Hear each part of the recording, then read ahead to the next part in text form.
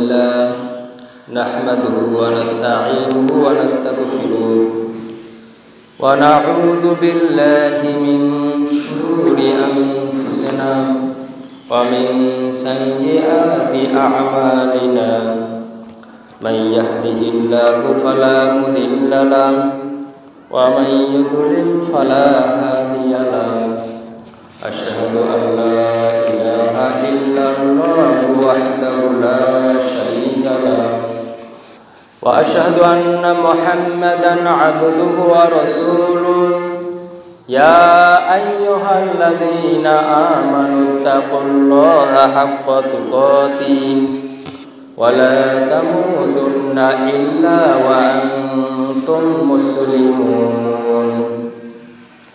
يا أيها الناس اتقوا ربكم الذي خلقكم من نفس واحدة وخلق منها زوجها وبث منهما رجالا كثيرا ونساء واتقوا الله الذي تساءلون به والأرحام إن الله كان عليكم رقيبا يا أيها الذين آمنوا اتقوا الله وقولوا قولا سديدا يصلح لكم أعمالكم ويغفر لكم ذنوبكم ومن يطع الله ورسوله فقد فاز فوزا عظيما وقال الله تعالى في كلامه المجيد وسلطانه الحميد أعوذ بالله من الشيطان الرجيم وإنك لعلى خلق عظيم وقال النبي صلى الله عليه وسلم إن من أحبكم إلي وأقربكم مني مجلسا يوم القيامة أحاسنكم أخلاقا وإن أبغضكم إلي وأبعدكم مني مجلسا يوم القيامة الثرثارون والمتشدقون والمتفيهمون رب اشرح لي صدري ويسر لي أمري واحلل عقدة من لساني يفقه قولي واجعلني وزيرا من أهلي সম্মানিত উপস্থিতি আমরা সর্বপ্রথম আল্লাহ সুবহানাহু ওয়া তাআলার দরবারে শুকরিয়া আদায় করি যিনি প্রতি জুমার ন্যায় আজকেও সালাতুল জুমা আদায় করার জন্য আমাদেরকে মসজিদে আসার তৌফিক দান করেছেন আমরা বলি আলহামদুলিল্লাহ দরুদ ও সালাম পেশ করি সাইয়্যিদুল মুরসালিন খাতামুন নবিয়্যিন রাহমাতাল লিল আলামিনের প্রতি যে নাকি আল্লাহ সুবহানাহু ওয়া তাআলা উত্তম চরিত্র দিয়ে সৎ চরিত্র দিয়ে পৃথিবীতে পাঠিয়ে দিয়েছেন এবং পৃথিবীর প্রতিটি সৎ চরিত্রবান ব্যক্তির আদর্শ করেছেন আমরা সকলেই বলি সাল্লাল্লাহু আলাইহি ওয়াসাল্লাম আল্লাহুম্মা বারিক আলাই আল্লাহুম্মা সাল্লি আলাই সম্মানিত উপস্থিতি আমাদের আজকের জুমায় আলোচনা করার কথা ছিল পূর্ণময় ব্যক্তি কারা ভালো স্বামী হওয়ার বৈশিষ্ট্য কী উক্ত বিষয়ের উপর কিন্তু সময়ের দাবিতে আমরা আমাদের আলোচনার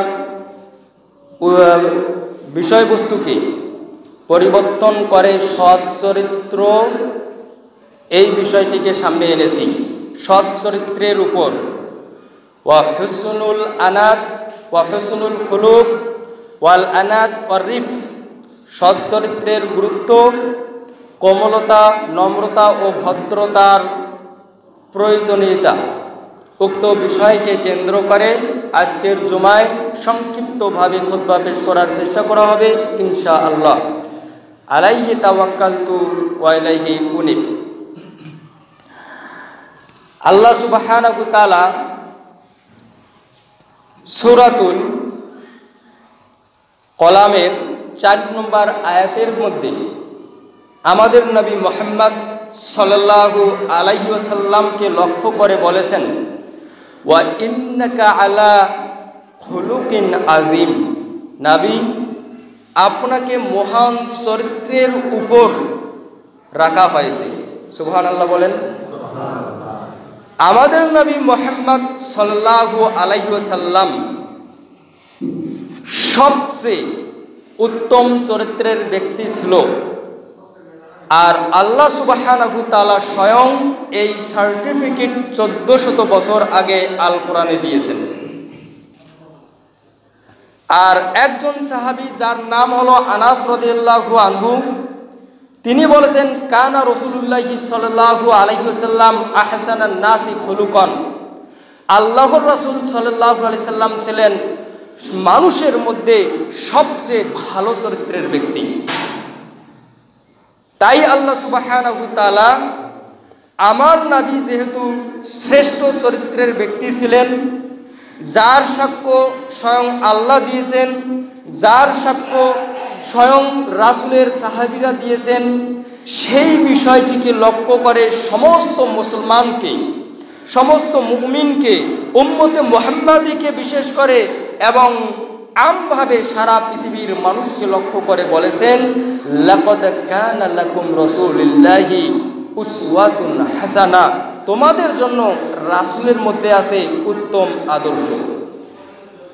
কোন ব্যক্তি যদি সৎ চরিত্রের অধিকারী হতে চায়, উত্তম চরিত্রের অধিকারী হতে চায়, কোন ব্যক্তি যদি চরিত্রের দিক দিয়ে উত্তম হতে চায়, তাহলে ওই ব্যক্তিটিকে একজন ব্যক্তির আদর্শে আদর্শিত হতে হবে যার নাম মুহাম্মদ সাল্লাল্লাহু আলাইহি সাল্লাম, যার চরিত্র সমস্ত মানুষের থেকে এক নম্বরে, যার চরিত্রের ব্যাপারে স্বয়ং আল্লাহ সার্টিফিকেট দিয়েছেন এবং তার সঙ্গী সাথীরা দিয়েছেন। তাই আল্লাহ রাব্বুল আলামিন বলেন, তোমরা যারা চরিত্রবান হতে চাও, তোমাদের জন্য আদর্শ মুহাম্মদ সাল্লাল্লাহু আলাইহি সাল্লামের ভিতরে রয়েছে। এখন সৎ চরিত্র বলতে কি বোঝায়? সৎ চরিত্র কাকে বলে? সৎ চরিত্রের অপর নাম হলো ভালো আচরণ। ভালো আচরণ, ভালো ব্যবহার। চরিত্রের অপর নাম কি? ভালো ব্যবহার। একজন ব্যক্তি জীবনে কখনো, কোনো দিনের জন্য, কোনো সময়ের জন্য কোনো নারীর দিকে অবৈধভাবে তাকায়নি।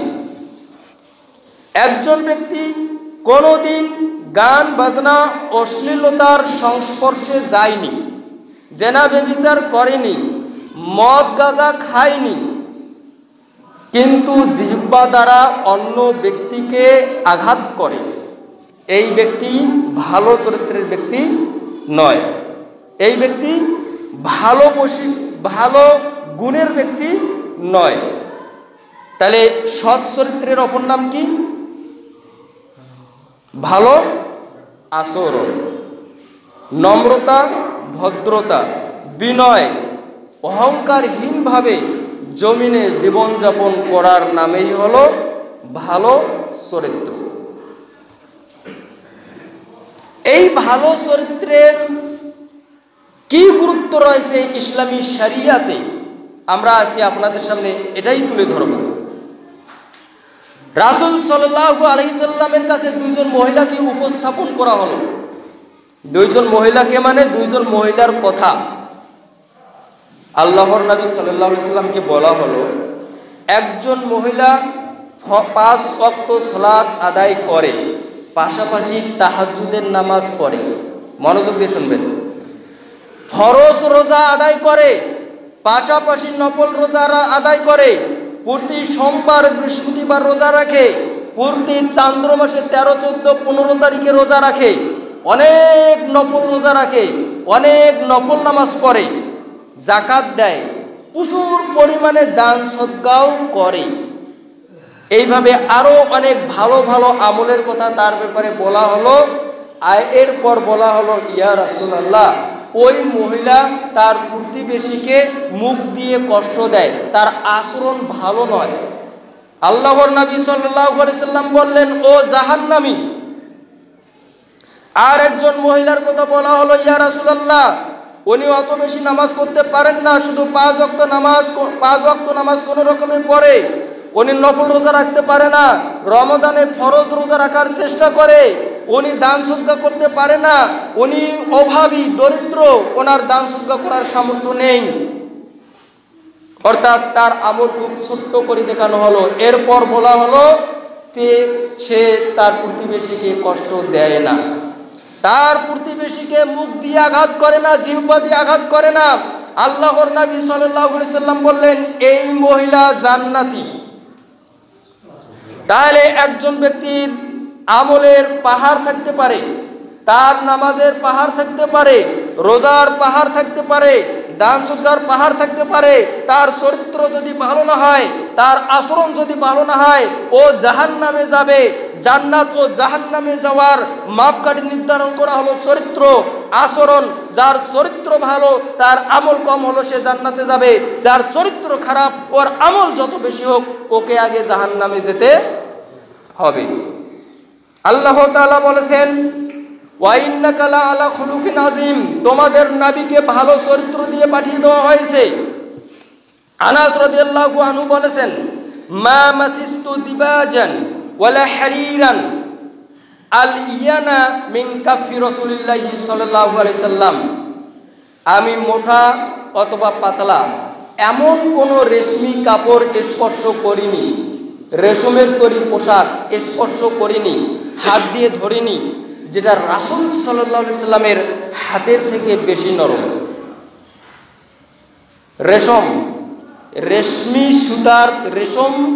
রেশম সুতার তৈরি রেশমি কাপড় বেশি নরম হয়, খুবই সুন্দর হয়, সেটা খুবই তুলতুলো হয়। তো আনাস রাদিয়াল্লাহু আনহু বললেন, আমি জীবনে এমন কোনো রেশমি পোশাক হাত দিয়ে ধরিনি যেটা রাসূল সাল্লাল্লাহু আলাইহি সাল্লামের হাতের থেকে বেশি নরম। এরপর বললেন, ওয়ালা শামামতু রাইহাতান কাতু আতিয়াবা মিন রাহিয়াতি রাসূলিল্লাহি সাল্লাল্লাহু আলাইহি সাল্লাম, আমি জীবনে এমন কোনো আতর অথবা পারফিউমের ঘ্রাণ অনুভব করিনি, শুকিনি, যেটা রাসূল সাল্লাল্লাহু আলাইহি সাল্লামের গায়ের, তার শরীরের ঘ্রাণের থেকে বেশি ভালো ছিল। এমন কোনো পৃথিবীতে সুগন্ধি ছিল না রাসূল সাল্লাল্লাহু আলাইহি সাল্লামের ঘামের, তার শরীরের যে মানুষের শরীরের যে একটা গন্ধ থাকে, তো রাসূল সাল্লাল্লাহু আলাইহি সাল্লামের যে শরীরের যে ঘ্রাণ, তার ঘামের যে ঘ্রাণ, এটার থেকে পৃথিবীতে এমন কোনো সুগন্ধি নেই যেটা তার গায়ের ঘামের থেকে বেশি সুগন্ধি ছিল। এইভাবে রাসূল সাল্লাল্লাহু আলাইহি সাল্লামের শরীরের তার স্ট্রাকচার, অবকাঠামোগত শরীরের গঠনের বিভিন্ন বর্ণনা হাদিসে আছে। তার মানে আনাস রাদিয়াল্লাহু আনহু বুঝাইতে চাচ্ছেন, রাসূল সাল্লাল্লাহু আলাইহি সাল্লাম শারীরিক গঠনে খুবই সুন্দর ছিলেন, তিনি দেখতে খুবই সুন্দর ছিলেন, তার ঘা দিয়ে গন্ধ বার হইতো না, সুগন্ধি আসতো। আয়েশা রাদিয়াল্লাহু আনহা বলেছিলেন, আসমানের একটা চাঁদ আছে আর আমার ঘরেও একটি চাঁদ আছে, আমার ঘরের চাঁদ যখন উদিত হয় তখন আসমানের আলো, সূর্যের আলো নিভিয়ে যায়। অর্থাৎ মুহাম্মদ সাল্লাল্লাহু আলাইহি সাল্লামকে বোঝানো হচ্ছে। আয়েশা রাদিয়াল্লাহু আনহা বললেন, আসমানের চাঁদ আছে, সূর্য আছে, আমার ঘরেও কি আছে? চাঁদ আছে, সূর্য আছে। তবে আমার ঘরে যে চাঁদ আছে, যে সূর্য আছে, এর আলো আসমানের আলোকে হার মানায়। মুহাম্মদ সাল্লাল্লাহু আলাইহি সাল্লাম কত সুঠাম দেহের, সুদর্শন ব্যক্তি ছিলেন। এই কথাগুলো কেন বলতেছেন? পরের অংশ দেখেন হাদিসের। এরপর বলেন, ওয়ালাকাদ খতামতু রাসূলুল্লাহি সাল্লাল্লাহু আলাইহি সাল্লাম আশরা সিনিন। যিনি এই কথাগুলো বলতেছেন, তিনি বলতেছেন, আমি নিজে রাসূল সাল্লাল্লাহু আলাইহি সাল্লামের কর্মচারী ছিলাম, তার খেদমত করেছি 10 বছর, একটা না 10 বছর রাসূল সাল্লাল্লাহু আলাইহি সাল্লামের খেদমত করেছি। ফামা ক্বালা লি কত উফ, তিনি কোনোদিন আমার প্রতি বিরক্ত বোধ করেননি। ওয়ালা ক্বালা লা শাইইন ফাআলতুহু লিমা ফাআলতু ওয়ালা লি শাইইন লাম আফআলহু আলা মা আফআলতু ফাআলতা কাযা, উনি কোনোদিন আমাকে বলেননি তুমি এই কাজটি কেন করলে আর ওই কাজটি কেন করলে না। অর্থাৎ তিনি এই 10 বছরে আমাকে কোনোদিন ধমক দেননি। এত সুন্দর, সুটম, শক্তিশালী, যাকে লক্ষ লক্ষ মানুষ ভালোবাসে, পৃথিবীতে যার লক্ষ লক্ষ কোটি কোটি অনুসারী রয়েছে, যেটাকে সাইয়্যিদুল মুরসালিন বলা হয়, যেটাকে আল্লাহ রাব্বুল আলামিন স্বয়ং আরশের উপরে আরশে তুলে নিয়েছেন এবং সমস্ত পৃথিবীর মানুষের উপর যাকে কিয়ামত পর্যন্ত নেতা ঘোষণা দেওয়া হয়েছে, সেই নবী তার একজন খাদেমকে, সামান্য খাদেম, 10 বছরে কোনো দিনের জন্য একটি ধমক দিলেন না। এর নাম কি? এর নাম কি? এর নাম হলো চরিত্র, এর নাম হলো ভালো আচরণ। আর আমাদের মধ্যে কিছু ফোকলা ব্যক্তি, যার শরীরের দিকে তাকালে অন্ধকার ছাড়া কিছুই দেখা যায় না, যার গা দিয়ে দুর্নীতির ঘ্রাণ বাইর হয়, যার গা দিয়ে চুরির ঘ্রাণ বাইর হয়, যার গা দিয়ে বিভিন্ন ধরনের অপকর্মের দুর্গন্ধ বাইর হয়, এমন ব্যক্তিরা তাদের মুখের ভাষা এত কর্কশ আর বলা যায় না। আবার মসজিদে এসে মাঝে মাঝে বড় ধরনের বুজুর্গ সাজে, মানে সে নামাজে এসেছে, ও নামাজ পড়ে, ও নিজেকে বড় বুজুর্গ ভাবে, অথচ ওর আচরণ মোটেই ভালো না। তাহলে এই ব্যক্তির সাথে মুহাম্মদ সাল্লাল্লাহু আলাইহি সাল্লামের কোনো সম্পর্ক আছে? যারা মুহাম্মদ সাল্লাল্লাহু আলাইহি সাল্লামের সাথে সম্পর্ক রাখবে, আল্লাহ রাব্বুল আলামিন বলেছেন উসওয়াতুন হাসানা, মুহাম্মদ সাল্লাল্লাহু আলাইহি সাল্লামের ভিতরে আছে উত্তম আদর্শ। তোমরা যদি তার আদর্শ গ্রহণ করো তাহলেই তোমরা তার উম্মত। তোমরা যদি তার আদর্শে আদর্শিত হতে পারো, তার তরিকা, তার সুন্নাহ, তার নীতিনীতি, তার পথ ও পদ্ধতি ফলো করো, তাহলেই তো তোমরা মুসলমান, তোমরা মুমিন। এর বাইরে তোমাদের মুসলমানিত্বের দাবি মৌখিক দাবি ছাড়া খাতায় কলমে স্বীকৃতি পাবে না। প্রিয় উপস্থিতি, এত সুন্দর একজন ব্যক্তি, এত ক্ষমতাশালী একজন ব্যক্তি, তার একজন খাদেম সার্টিফিকেট দিচ্ছে। কোনোদিন আল্লাহর নবী আমাকে বললেন না, যদি আমি ভুল করে কিছু করে ফেলি, এই কথাটা বললেন না তুমি কেন এটা করলে। তিনি আমাকে কিছু একটা করতে বলেছেন, আমি কোনো কারণে সেই কাজটা করতে পারিনি, তিনি আমাকে কোনোদিন বললেন না এই 10 বছরে তুমি কেন এই কাজটি করলে না। তিনি কোনোদিন আমাকে ধমক দিলেন না। এটার নাম কি? কথা বলেন, এটার নাম কি? এটার নাম হলো চরিত্র। চরিত্র মানে কি? ভালো আচরণ। চরিত্র মানে কি? মানে কথা কি বুঝা যাচ্ছে? বুঝে আসতেছে আপনাদের? আলোচনার বিষয় কি? সৎ চরিত্র, ভালো চরিত্র। সৎ চরিত্র, ভালো চরিত্র মানে কি? ভালো আচরণ। নামাজ আছে, রোজা আছে, হজ আছে, জাকাত আছে, তাসবিহ তাহলিল জিকির আজকার, আমল বিল মারুফ নাহি আনিল মুনকার সব কিছু আছে, কিন্তু মুখের ভাষা ভালো নয়। ওই ব্যক্তি চরিত্রবান? ওই ব্যক্তি চরিত্রবান?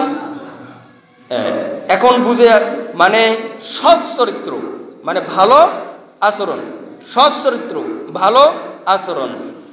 আর একজন সাহাবী রাদিয়াল্লাহু আনহু বলেন, আহদাইতু ইলা রাসূলিল্লাহি সাল্লাল্লাহু আলাইহি ওয়াসাল্লাম হিমারান ওয়া হাশিয়ান ফারাদ্দাহু আলাইয়া ফালাম্মা রাআ মা ফি ওয়াজহি ক্বালা ইন্না লামনা রুদ্দাহু আলাইকা ইন্না আন্না হুরুম।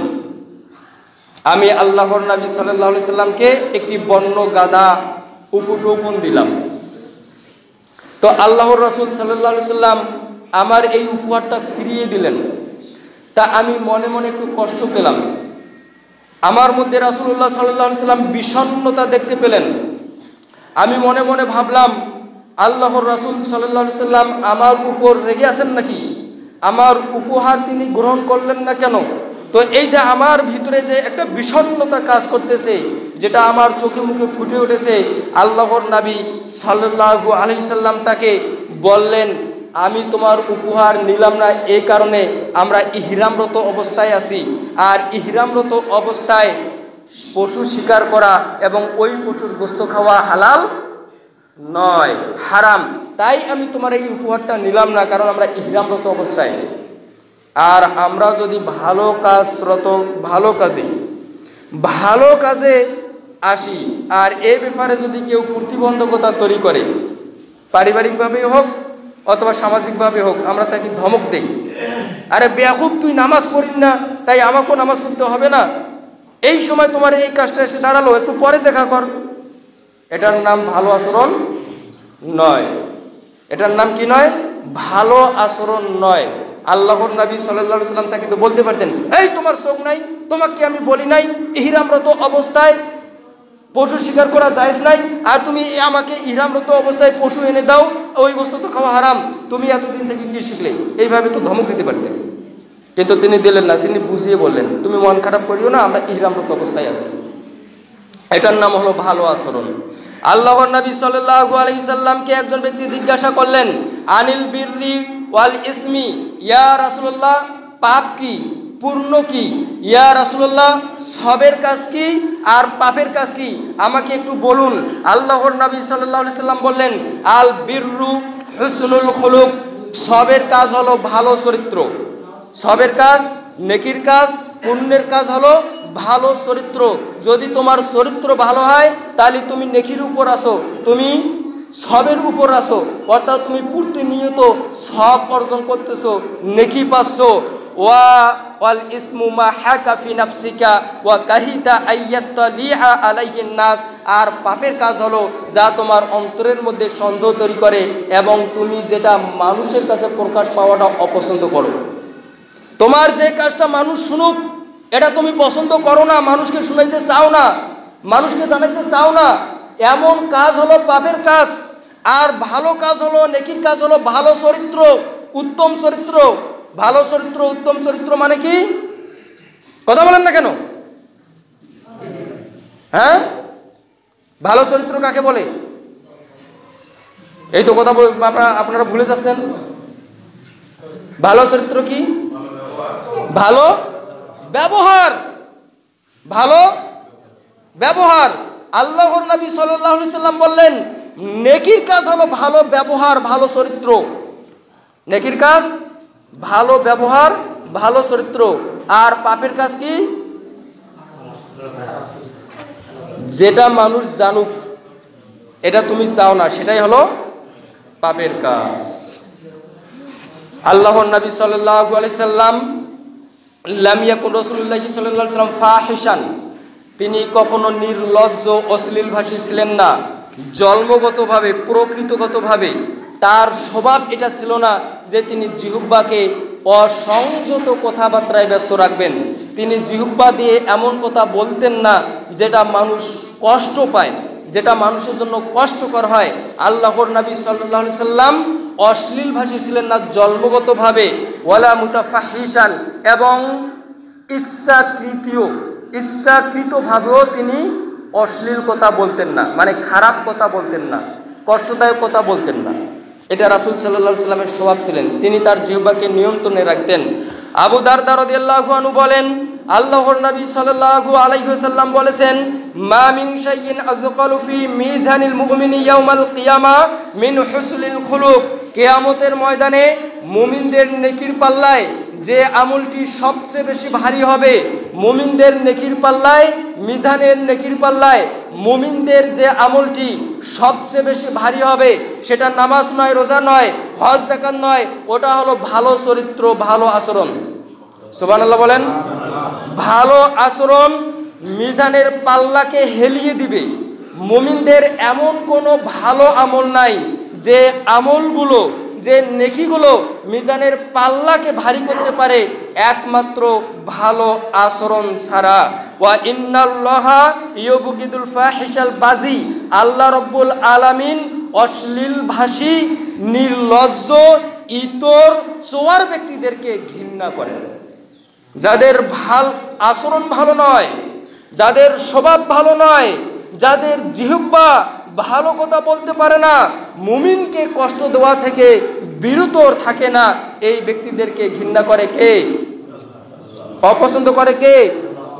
আর যাদের জিহ্বা ভালো, ভালো কথা বলে, নরম কথা বলে, মানুষের সাথে হাসি মুখে কথা বলে, ভালো কাজ করে, মানুষকে কষ্ট দেওয়া থেকে বিরত থাকে, এই সমস্ত ব্যক্তির মিজানের পাল্লাকে ভারী করে দিবেন কে? আল্লাহ রাব্বুল আলামিন। কিসের মাধ্যমে? ভালো আচরণের মাধ্যমে। আবু হুরায়রা রাদিয়াল্লাহু আনহু বলেন, রাসূল সাল্লাল্লাহু আলাইহি সাল্লামকে জিজ্ঞাসা করা হলো, আন আকসারি মা ইউদখিলুন নাসাল জান্নাহ, ইয়া রাসূলুল্লাহ কোন আমল মানুষকে বেশি বেশি জান্নাতে ঢুকিয়ে দেয়? এমন কোন আমল আছে যে আমলের কারণে মানুষ অত্যধিক জান্নাতে প্রবেশ করবে, অতি দ্রুত অতি সত্বর জান্নাতে প্রবেশ করবে, জান্নাতে ঢুকার ব্যাপারে তার কোনো প্রতিবন্ধকতা তৈরি হবে না, তার কোনো কষ্ট হবে না, পথের মধ্যে হোঁচট খাবে না, এমন কি আমল আছে? আল্লাহর নবী সাল্লাল্লাহু আলাইহি সাল্লাম বললেন যে আমলগুলো মানুষকে বেশি বেশি জান্নাতে ঢুকিয়ে দেয় সেগুলো হলো তাকওয়াল্লাহি ওয়া হুসনুল খুলুক, আল্লাহকে ভয় করা আর আচরণ ভালো করা। সুবহানাল্লাহ বলেন। তাহলে জান্নাতে ঢুকায় কোন আমল বেশি? মানুষকে জান্নাতে প্রবেশ করাতে সাহায্য করে সবচেয়ে কোন আমলটি? ভালো আচরণ। এরপর বলেন ওয়াসুইলা আন আকসরি মা ইউদখিলুন নাসান নারা, ইয়া রাসূলুল্লাহ তাহলে এবার আমাদেরকে বলুন কোন আমলগুলো মানুষকে সবচেয়ে বেশি জাহান্নামে ডুবিয়ে দেয়? মানুষের জাহান্নামে যাওয়ার অন্যতম কারণ কি? কোন আমলের কারণে মানুষ বেশি বেশি জান্নাতে ঢুকবে? আল্লাহর নবী সাল্লাল্লাহু আলাইহি সাল্লাম 2 শব্দে এই প্রশ্নের অ্যানসার দিয়ে দিলেন, আল ফাম ওয়াল ফারস, মুখ আর লজ্জাস্থান। মুখ লজ্জাস্থান। সাহাবী জিজ্ঞাসা করলেন, ইয়া রাসূলুল্লাহ আমাদের মুখের কারণে আমরা জাহান্নামে যাব? আল্লাহর নবী সাল্লাল্লাহু আলাইহি সাল্লাম বললেন, আরে তুমি বলো কি, মানুষকে অধমুখী করে ঠেপপেশ করে জাহান্নামে ফেলে দেওয়া হবে কোন কারণে? শুধু জিহ্বার কারণে। জিহ্বার কারণে মানুষকে এইভাবে অধমুখী করে আসার দিয়ে জাহান্নামে ফেলে দেওয়া হবে শুধুমাত্র একটি পাপের কারণে, সেটাই হলো মুখ। মুখ যদি সঠিকভাবে কথা না বলে, জিহ্বা যদি সত্য কথা না বলে, এই মুখ যদি মুমিনকে কষ্ট দেওয়া থেকে বিরত না থাকে, তাহলে ওই ব্যক্তি বেশি বেশি জাহান্নামে প্রবেশ করবে এবং জাহান্নামে প্রবেশ করার নমুনাটা হলো এইরকম করে অধমুখী করে ফেলে দেবে।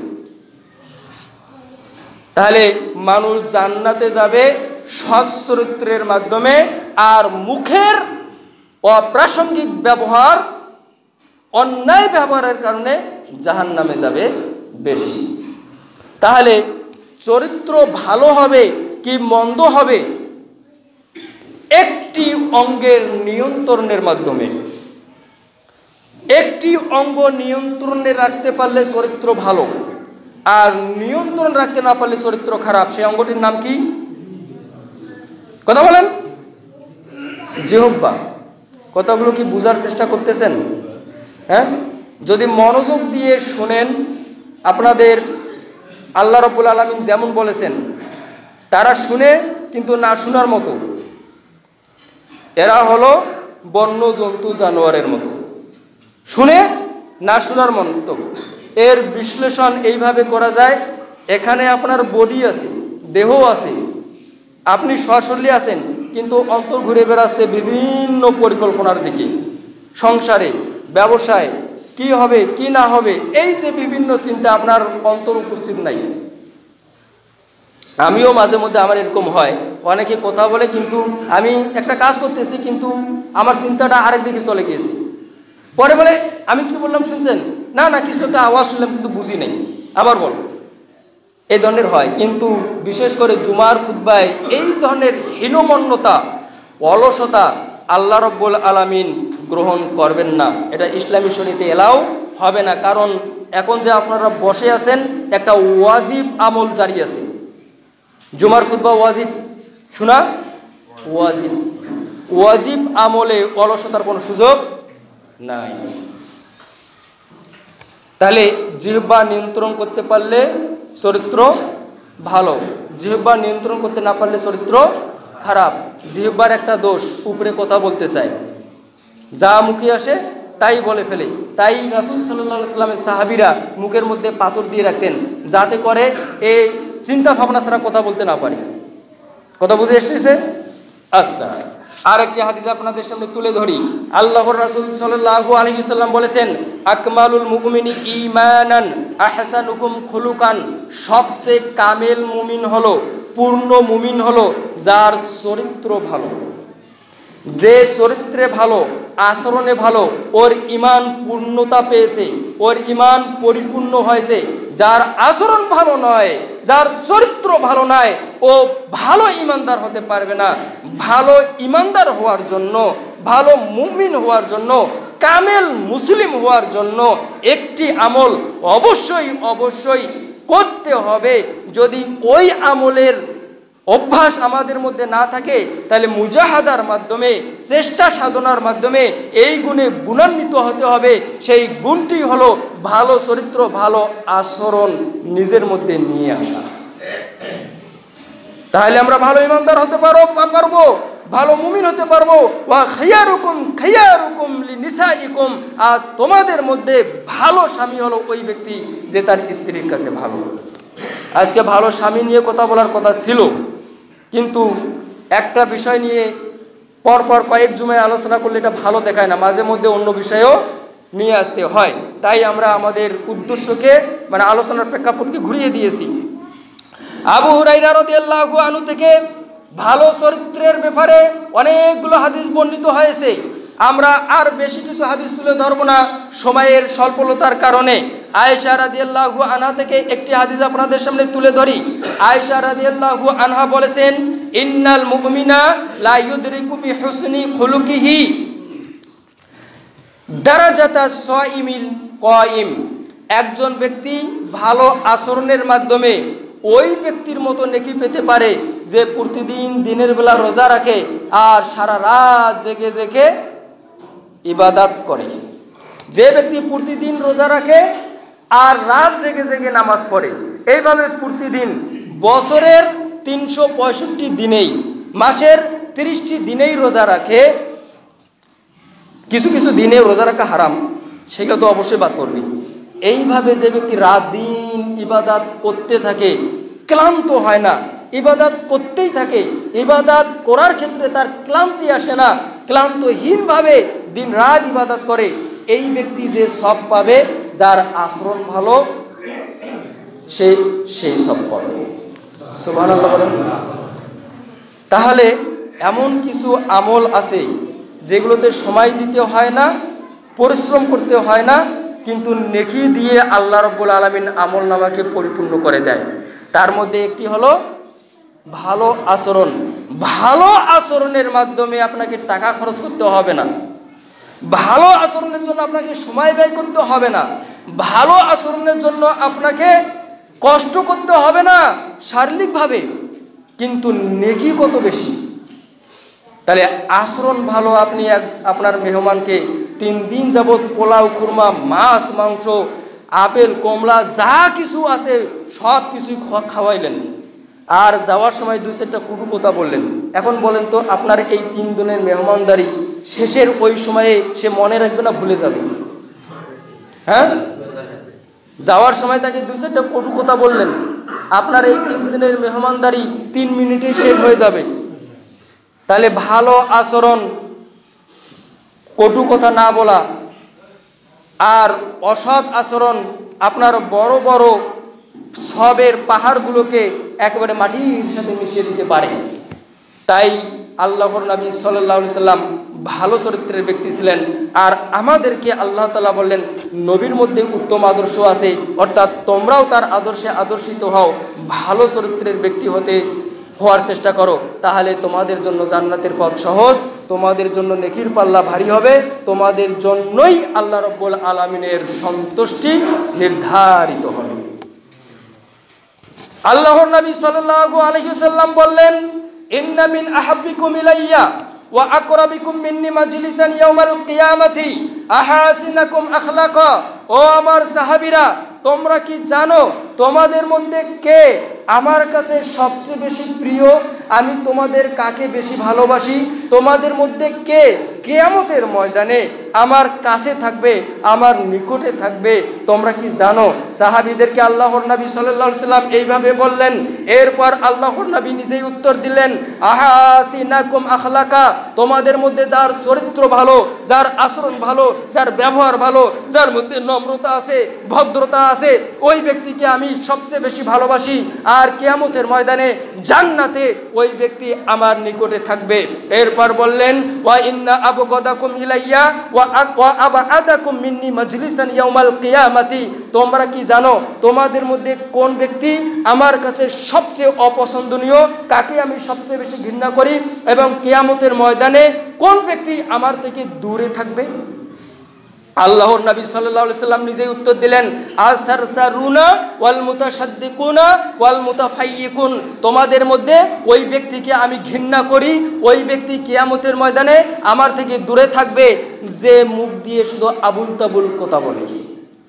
ওয়াল মুতাশাদ্দিকুন, বড় বড় কথা বলে, তার কথার মাধ্যমে মানুষকে হীন করে, মানুষকে ছোট্ট করে, মানুষকে তুচ্ছ তাচ্ছিল্য করে এবং অহংকারের সাথে জমিনে জীবন যাপন করে। এই ব্যক্তি আমার কাছে সবচেয়ে বেশি অপছন্দনীয়, একে আমি ঘৃণা করি। এই ব্যক্তি কিয়ামতের ময়দানে আমার নিকটে আসতে পারবে না, তাকে আমি দূরে সরিয়ে দেব। তাহলে আল্লাহর নবীর কাছে সবচেয়ে প্রিয় ব্যক্তি হলো ওই ব্যক্তি যার আচরণ ভালো। আল্লাহর নবীর কাছে ওই ব্যক্তি হলো সবচেয়ে ঘৃণ্য ব্যক্তি যার আচরণ খারাপ। কথা বুঝে এসেছে? এরপরে আবু উমামা বাহিলি রাদিয়াল্লাহু আনহু বলেছেন, আল্লাহর রাসূল সাল্লাল্লাহু আলাইহি সাল্লাম বলেন, আনা জাইমুন বিবাইতিন ফি রাবাদিল জান্নাহ লিমান তারাকাল মিরাআ ওয়া ইন কানা মুহিক্কান, আমি ওই ব্যক্তির জন্য জান্নাতের এক পাশে এক কিনারে একটি প্রাসাদের জিম্মাদারিত্ব নিলাম যে ব্যক্তি হক পথে থেকেও ঝগড়াঝাটি, কেলেঙ্কার, মারামারি ত্যাগ করে। ওই ব্যক্তির জন্য জান্নাতের এক কোণে একটি বিশাল প্রাসাদের দায়িত্ব আমি নেব। যে ব্যক্তি আমাকে কথা দিবে হক পথে থেকেও তার দাবিটা সত্য হলেও সে ঝগড়াঝাটি, মারামারি, কাজিয়া, কেলেঙ্কার ত্যাগ করতে পারবে। এরপর বললেন ওই ব্যক্তির জন্য ফি ওয়াসাতিল জান্নাহ, জান্নাতের মিডিলে মাঝখানে আরেকটি প্রাসাদ আমি নিয়ে নেব। যে ব্যক্তি হক পথে থেকেও, ভালো পথে থেকেও এরপরে মজাক করে হলেও মিথ্যা কথা বর্জন করে, যে ব্যক্তি মজাক করে হলেও মিথ্যা কথা বর্জন করে, জান্নাতের মাঝামাঝিতে একটি প্রাসাদ নিয়ে দেব। এরপর আল্লাহর নবী বললেন, আনা জাইমুন বিবাইতিন ফি আ'লাল জান্নাহ লিমান হাসানা খুলুকা, আর ওই ব্যক্তির জন্য জান্নাতের সবচেয়ে মূল্যবান জায়গায়, সবচেয়ে উঁচু জায়গায় আর একটি বিশাল প্রাসাদের দায়িত্ব নিলাম যে ব্যক্তি তার আচরণকে ভালো করার চেষ্টা করে। ভালো আচরণ মানে রাগ না করা, ভালো আচরণ মানে চিল্লাচিল্লি না করা। আল্লাহর নবী সাল্লাল্লাহু আলাইহি সাল্লাম বললেন, একজন ব্যক্তি যখন তাকে এসে বললেন আমাকে একটু উপদেশ দেন, আল্লাহর নবী বললেন, লা তাকুদাব, তুমি রাগ করবে না, কারণ সে যখন তখন রেগে যায়। এরপর সাহাবী বললেন, আরে এটা তো আমি জানি, ইয়া রাসূলুল্লাহ আমাকে অন্য কোনো উপদেশ দেন। আল্লাহর নবী বললেন, তুমি রাগ করো না, লা তাকদাম। সাহাবী আবার বললেন, না আমাকে অন্য উপদেশ দেন। আল্লাহর নবী বললেন, লা তাকদাব, রাগ করবে না। আল্লাহর নবী সাল্লাল্লাহু আলাইহি সাল্লামের কাছে একজন ব্যক্তি এসে বললেন, নাজাত কিসে? উনি জিহ্বা কান বার করে ধরলেন যে এটাকে নিয়ন্ত্রণ করো, তাহলে নাজাত, তাহলে মুক্তি, অন্যথায় মুক্তির সম্ভাবনা কম। তাই আল্লাহর নবী সাল্লাল্লাহু আলাইহি সাল্লাম বললেন, ভালো আচরণের জন্য যে চেষ্টা সাধনা করবে ওকে আমি জান্নাতের সবচেয়ে মূল্যবান জায়গায় একটি বিশাল প্রাসাদ আল্লাহর কাছ থেকে নিয়ে দেব। সবাই সুবহানাল্লাহ বলেন। জাবের রাদিয়াল্লাহু আনহু থেকে এ ব্যাপারে আরো অনেক হাদিস বর্ণিত হয়েছে, আমরা আর ওইদিকে যাব না। আবু হুরাইরা, আয়েশা রাদিয়াল্লাহু আনহা থেকে শুরু করে অনেক সাহাবী থেকে এই ব্যাপারে প্রায় শত শত হাদিস বর্ণিত হয়েছে। একদিন আয়েশা রাদিয়াল্লাহু আনহা তার কোনো এক রাসূল সাল্লাল্লাহু আলাইহি ওয়াসাল্লামের কোনো এক স্ত্রীর ব্যাপারে বললেন, ইয়া রাসূলুল্লাহ উনি তো মানে এমন এমন, তার মানে বললেন আপনার ওই স্ত্রী তো একটু বেটে। আল্লাহর নবী সাল্লাল্লাহু আলাইহি ওয়াসাল্লাম বললেন, তোমার এই কথাটা যদি সাগরের মধ্যে ফেলে দেওয়া হয় তাহলে সাগরের পানিগুলো তিতে হয়ে যাবে। কথা বোঝেন নাই? আর সে বেটে, এখানে কি তার কোনো হস্তক্ষেপ আছে? একজন ব্যক্তি কালো, এখানে তার কোনো হাত আছে? একজন ব্যক্তি প্রতিবন্ধী, এখানে তার কোনো হাত আছে? তাকে কটাক্ষ করে তার এই শারীরিক যে অবকাঠামোটা একটু মানে কি রকম, এটা নিয়ে যদি কেউ মজা করে তাহলে রাসূল সাল্লাল্লাহু আলাইহি সাল্লাম কি বললেন, মানে পরিপূর্ণভাবে তামাশা করার দরকার নাই, শুধু এই কথাটা যে বলছে যে আপনার বেড়ে। তো এই কথাটা সাগরের মধ্যে ফেলে দিলে সাগরের পানিগুলো তিতে হয়ে যাবে, তার মানে কি? তার মানে কি? এটা ভালো চরিত্রের ভালো নমুনা হতে পারে না। এটা মানুষের নৈতিক অবক্ষয়ের মূল কারণ। একজন মানুষ ভালো হবে, তাই তাকে ছোট্ট বড় ধনী গরিব সব পেশা শ্রেণীর মানুষকে সম্মান দিতে হবে। এটা হলো ভালো চরিত্রের নমুনা। ভালো চরিত্র হলো মানুষের সাথে হাসি মুখে কথা বলা। ভালো চরিত্র হলো হক পথে থেকেও ঝগড়াঝাটি, কাজিয়া কেলেঙ্কার, মারামারিকে ত্যাগ করা। ভালো চরিত্র হলো মানুষকে মুখ দিয়ে কষ্ট না দেওয়া। আল্লাহ সুবহানাহু ওয়া তাআলা উত্তম চরিত্রের উপর আমাদেরকে প্রতিষ্ঠিত করুক, আমিন।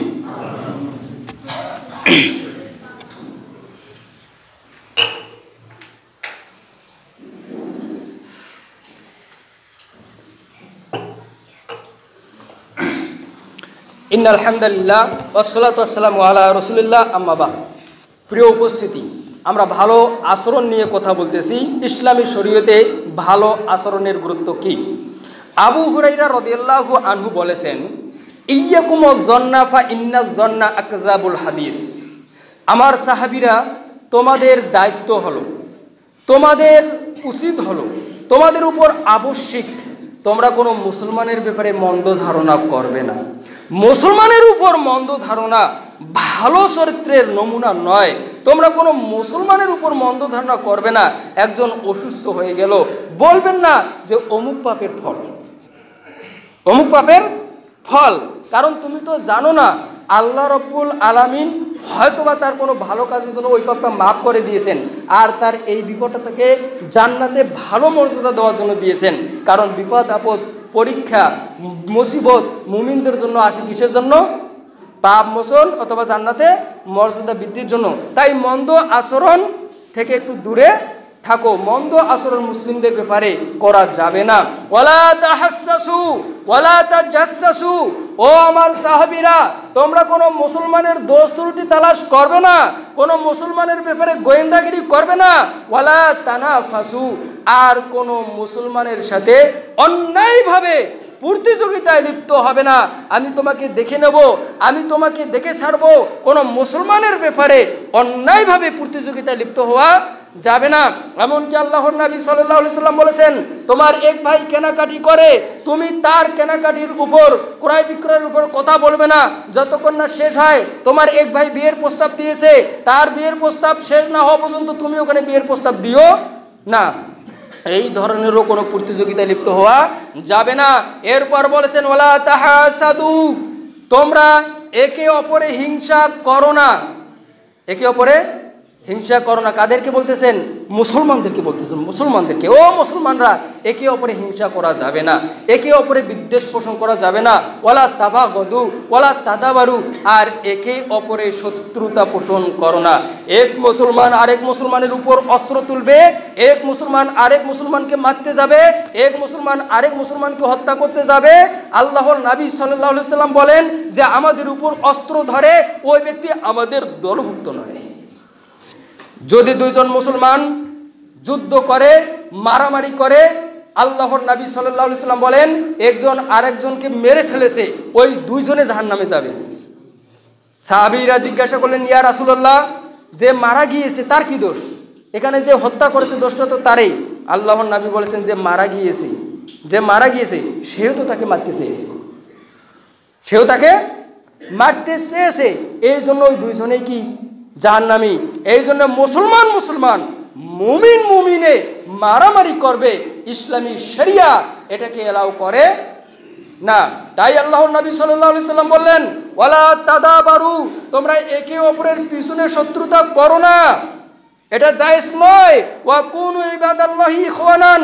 ও আমার সাহাবীরা, তোমরা পারস্পরিক হিংসা, বিদ্বেষ, শত্রুতা এগুলো ভুলে গিয়ে ভাই ভাই হয়ে আল্লাহর এই জমিনে বসবাস করো।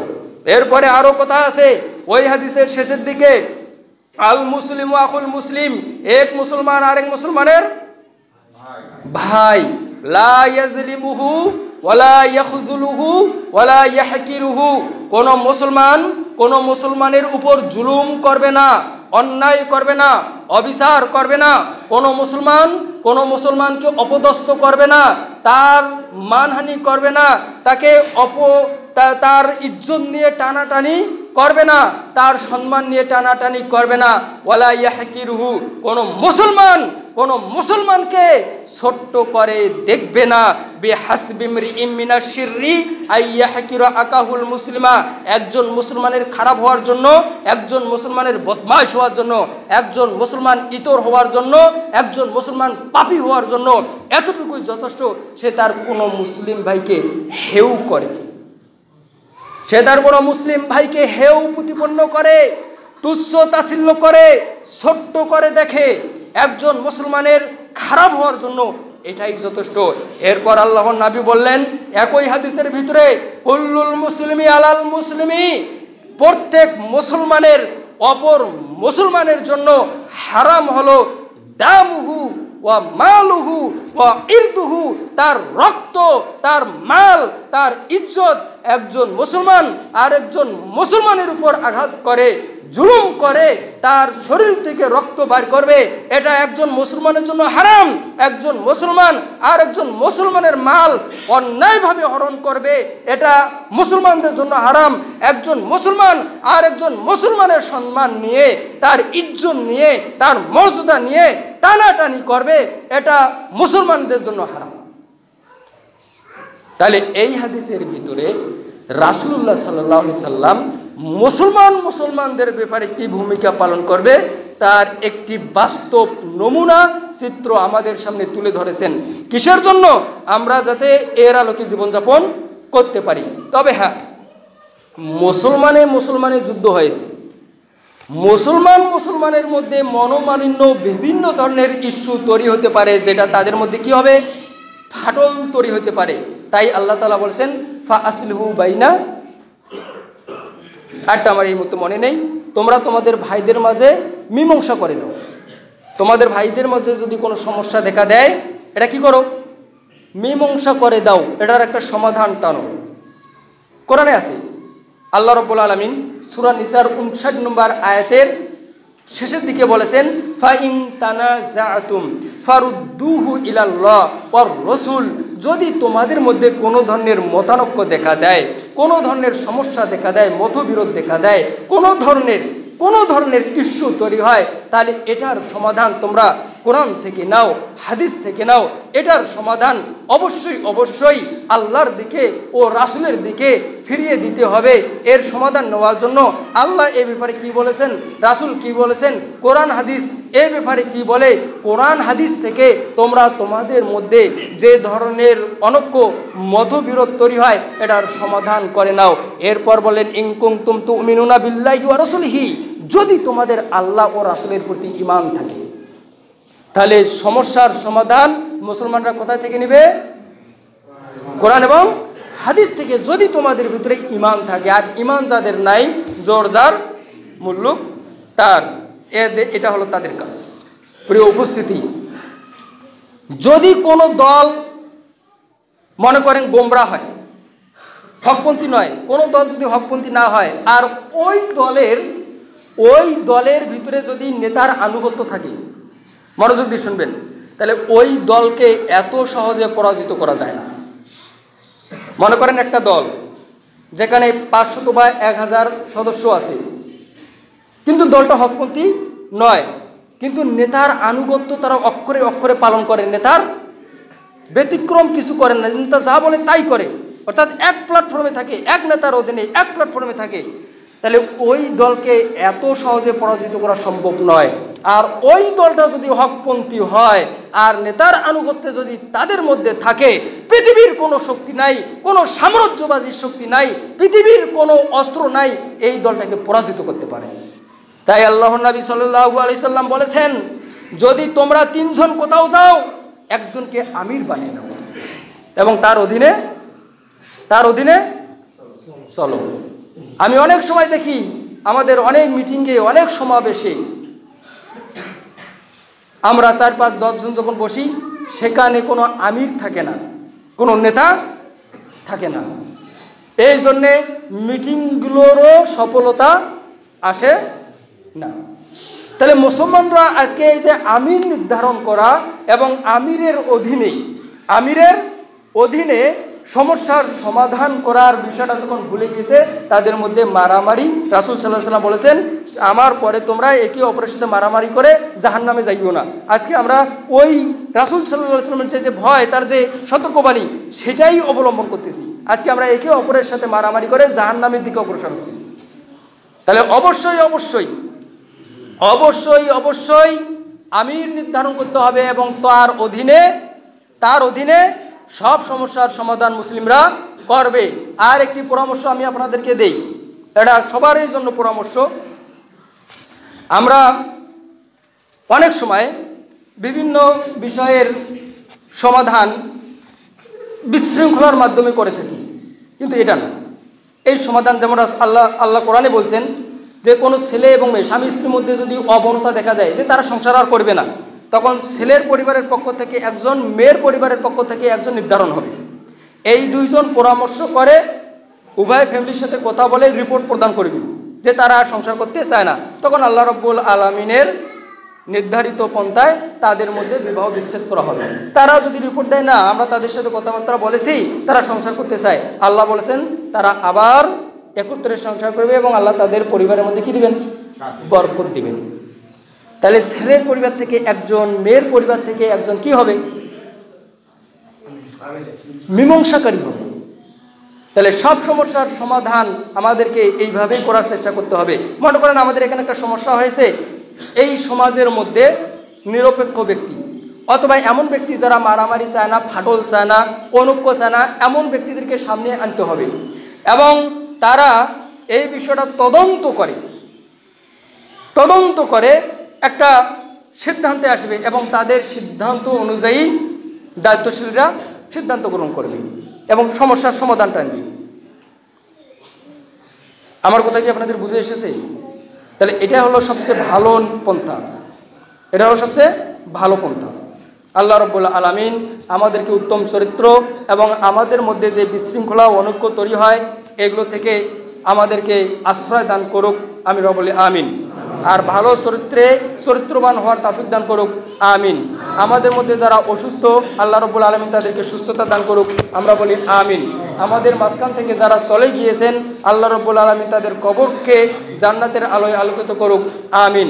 আল্লাহ রাব্বুল আলামিন মুসলিম উম্মাহকে সমস্ত কুফফার সম্প্রদায় যারা মুসলমানদের উপর বর্বরতা চালাচ্ছে যুগের পর যুগ, শতাব্দীর পর শতাব্দী ধরে, এই সমস্ত কুফফার সম্প্রদায় থেকে নিরাপদ আশ্রয় দান করুক। আমরা বলি আমিন। এরপর মুসলিমদেরকে হারানো ঐতিহ্য ও গৌরব আবার ফিরিয়ে দিক। আমরা বলি আমিন। আল্লাহ সুবহানাহু ওয়া তাআলা বিশেষ করে আমাদের বাংলাদেশটাকে তার রহমতের দৃষ্টির আওতাভুক্ত যাতে করেন এবং বহিরাগত শত্রু আর দেশের শত্রু থেকে আমাদের দেশটাকে নিরাপদ রাখেন। আমিন। আমাদের দেশটাকে যাতে আল্লাহ রাব্বুল আলামিন ইসলামের পতাকা তলে নিয়ে আসেন এবং এই দেশকে দুর্নীতি মুক্ত, এই দেশে যাতে কোরআন এবং হাদিসের সুশাসন কায়েম হয়, এই জন্য আল্লাহ রাব্বুল আলামিন আমাদেরকে যে দায়িত্ব ও কর্তব্য পালন করার দরকার, সেই দায়িত্ব ও কর্তব্যের ভিতরে নিয়ে আসেন। আমরা বলি আমিন। সুবহানাকাল্লাহুম্মা ওয়া বিহামদিকা আশহাদু আল্লা ইলাহা ইল্লা আনতা আস্তাগফিরুকা ওয়া আতুবু ইলাইক।